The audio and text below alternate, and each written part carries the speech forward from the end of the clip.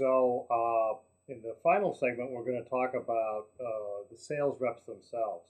Now, this isn't so much a recession item as it is a just for your own information.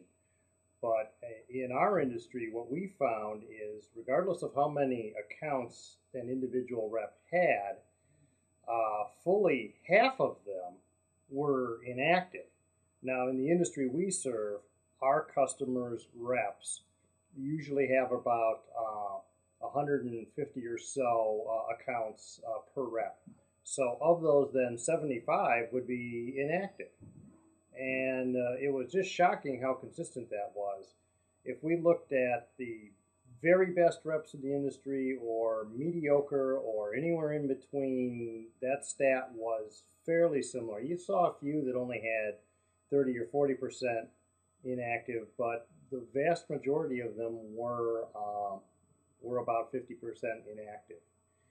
And of the ones that were left, so in our industry, of the 150 they thought they had, of the 75 that were left, there were only about 10 or so that comprised the vast majority of this rep's business, well up into the 90%. So it's way worse than the 80-20 rule. So if you're going to be looking at your efficiencies and overall, I mean, one thing obviously to do is call the inactives, because it's shocking how many of them there are.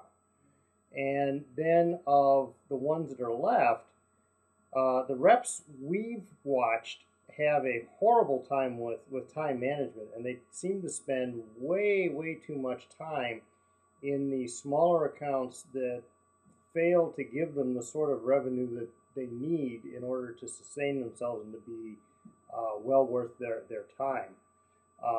And that comes at the expense of the 10 or so accounts that are doing the lion's share of their business. So it seems like they would have plenty of time for prospecting, as we discussed before, because all the other really good accounts are looking right now. They're willing to talk to you when in the past they haven't been.